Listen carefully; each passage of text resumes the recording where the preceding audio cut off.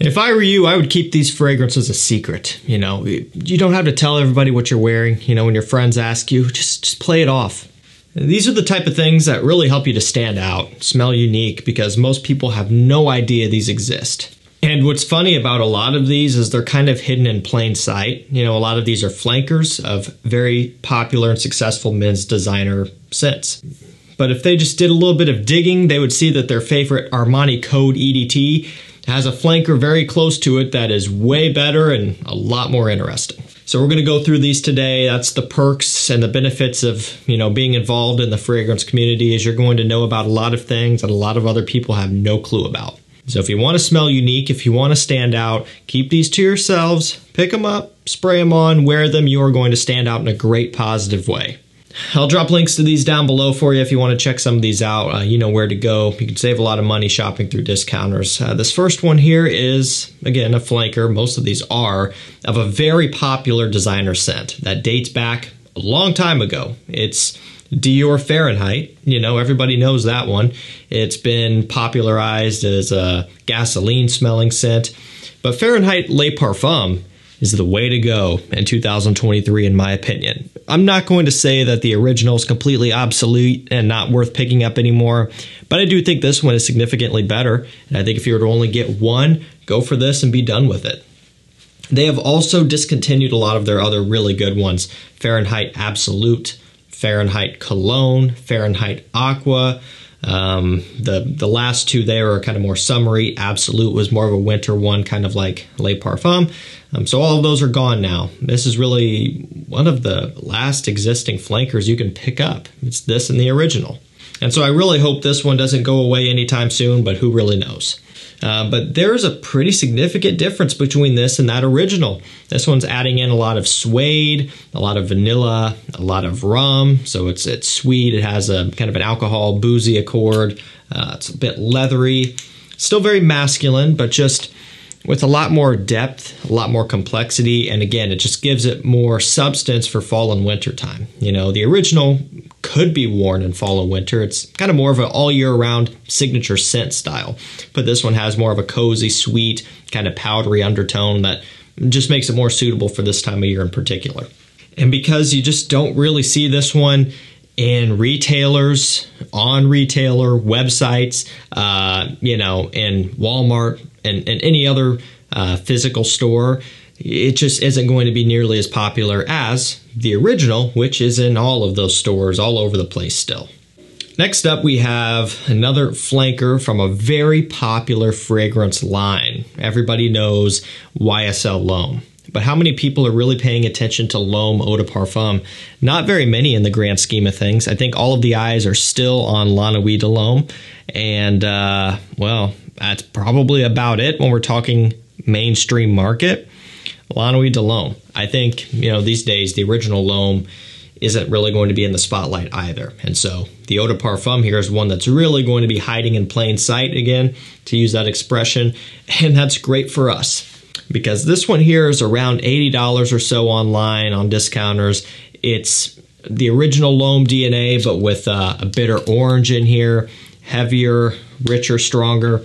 Also, another trend, has a bit of a cognac boozy accord as well, slightly.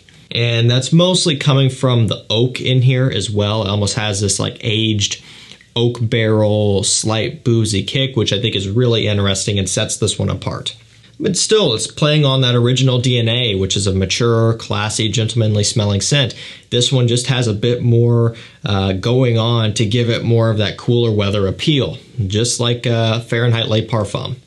And that's kind of where this video is trending here, just because we are in that time of year where things are starting to cool off. So that kind of shifts the direction that this video is going. There are a couple fresher ones we'll get to towards the end as well, but I'm trying to keep it in line with what a lot of us are experiencing right now in terms of the temperature, which is unfortunately just getting colder.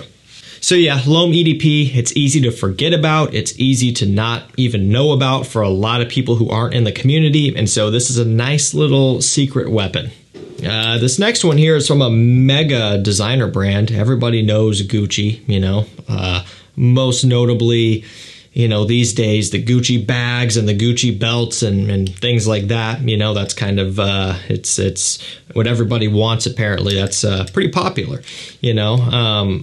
Luckily for us, their fragrances don't cost as much as those items, you know, and that's, I guess, one way to put things into perspective. Just the other day, I was complaining about Gucci Guilty Elixir being crazy expensive for a little 75 ml bottle.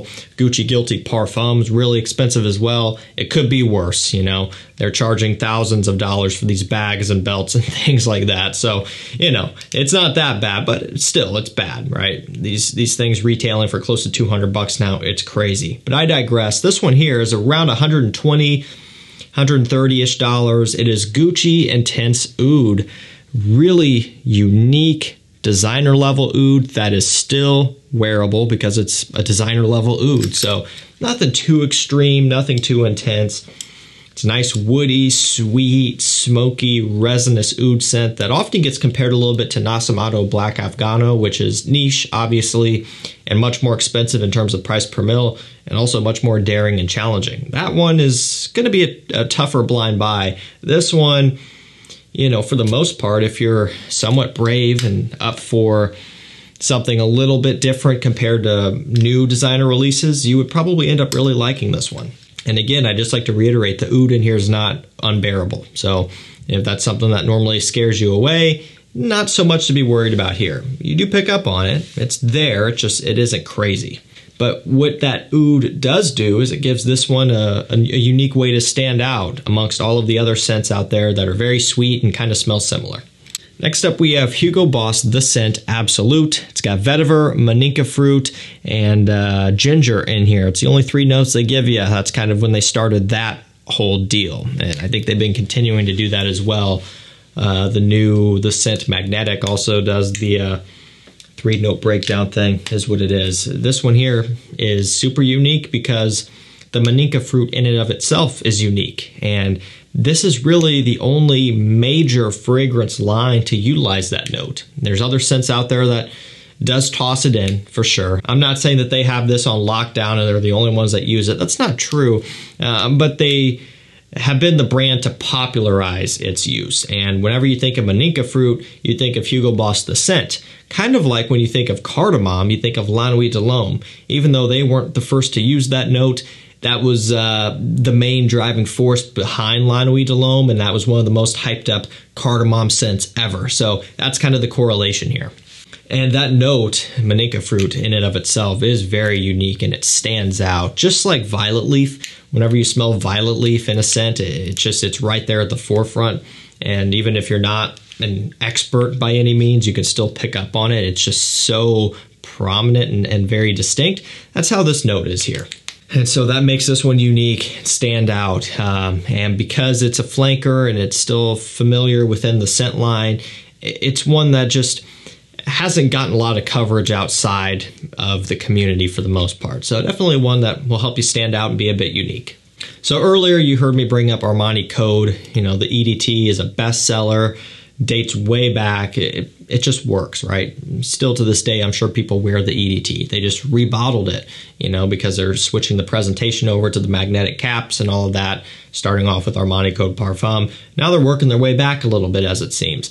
And so, you know, if you just go one step further, you can fall upon Armani Code EDP, which still is that DNA, but with a lot more focus on vanilla. And that's the main difference here. Vanilla, some suede, giving it a little bit of a leathery feel, some cedarwood in here, which was also in the original as well. But man, it's a vanilla forward Armani Code with a bit of a leather twist. It's really good stuff. And, you know, it's simply an EDP flanker, so it's not worlds apart and super different than the original, but it's just different enough that it makes it worth picking up and trying out, and it will provide some distance between that original and this, to where this would still turn heads and really kind of get people's attention, even though it is somewhat familiar.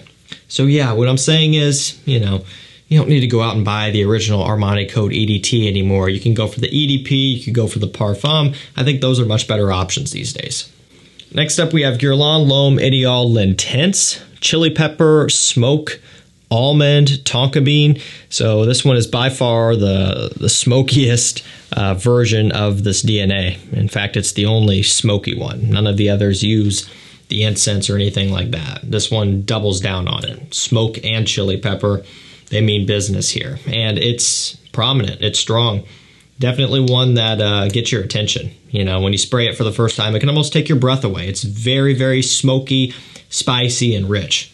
And you'll find that this one doesn't get as much talk as the others, like the EDP and the Extreme, and that's not to, you know, discount this one because it's still really good. It doesn't have the same type of hype appeal and never caught on like those others. So it's not really this scent's fault. It's just kind of how the hype and everything played out in the community. Ultimately, because of the kind of head-turning factor this one has, it's a great one that will make you stand out and smell different, especially because in general, this line is not going to be being utilized a lot outside of the community. I'm not saying that nobody will be wearing it, but generally these aren't going to be getting a lot of attention. But as you start to go down further, this one really is not going to be getting worn outside of the community. So a great way to stand out with this one in particular. Next up, we have Bion Oda Parfum. So I was kind of talking about violet leaf earlier, and this one has a lot of that. Some musk in here, well, a lot of musk. Ozonic notes. It's airy, it's bright, it's fresh, it's uplifting, it's a violet leaf forward scent, and there's no way around that note. If you do not like violet leaf, you do not need to even sample this one because you just won't like it. It's that prominent. And again, that's how that note usually is. And one thing that this one does have going for it, though, is, well, a couple things, actually. First of which, we'll start off with the price. I think this one's under $70 now for this. I believe it's a 100 mil, or is it a 120? 100, yeah. I always get that mixed up. They always seem like they're 120s, but 100 mil, they're under 70 bucks on discounters now. The other main thing is versatility. Because of that freshness, but also because of that musky base, you can wear it anytime. Probably going to be more suitable for warmer weather, just milder temperatures, you know, but even in the dead of winter, you could wear this one. And so for not a huge investment, you can get into something that will really pay dividends in terms of just being able to wear it for anything you can think of. Running down to the end here, we have John Vardos Vintage. It has balsam fir, has tobacco in here, some leather, or more so suede is I think what they officially list off, and a ton of other notes, rhubarb as well. Struggling with focus, there we go. The note breakdown on this one's extensive, so I encourage you to go online and look if you want the full one. This was back when they just did things right and they gave you a full, healthy, rich note breakdown. They just don't do stuff like this anymore. They only give you 3 notes.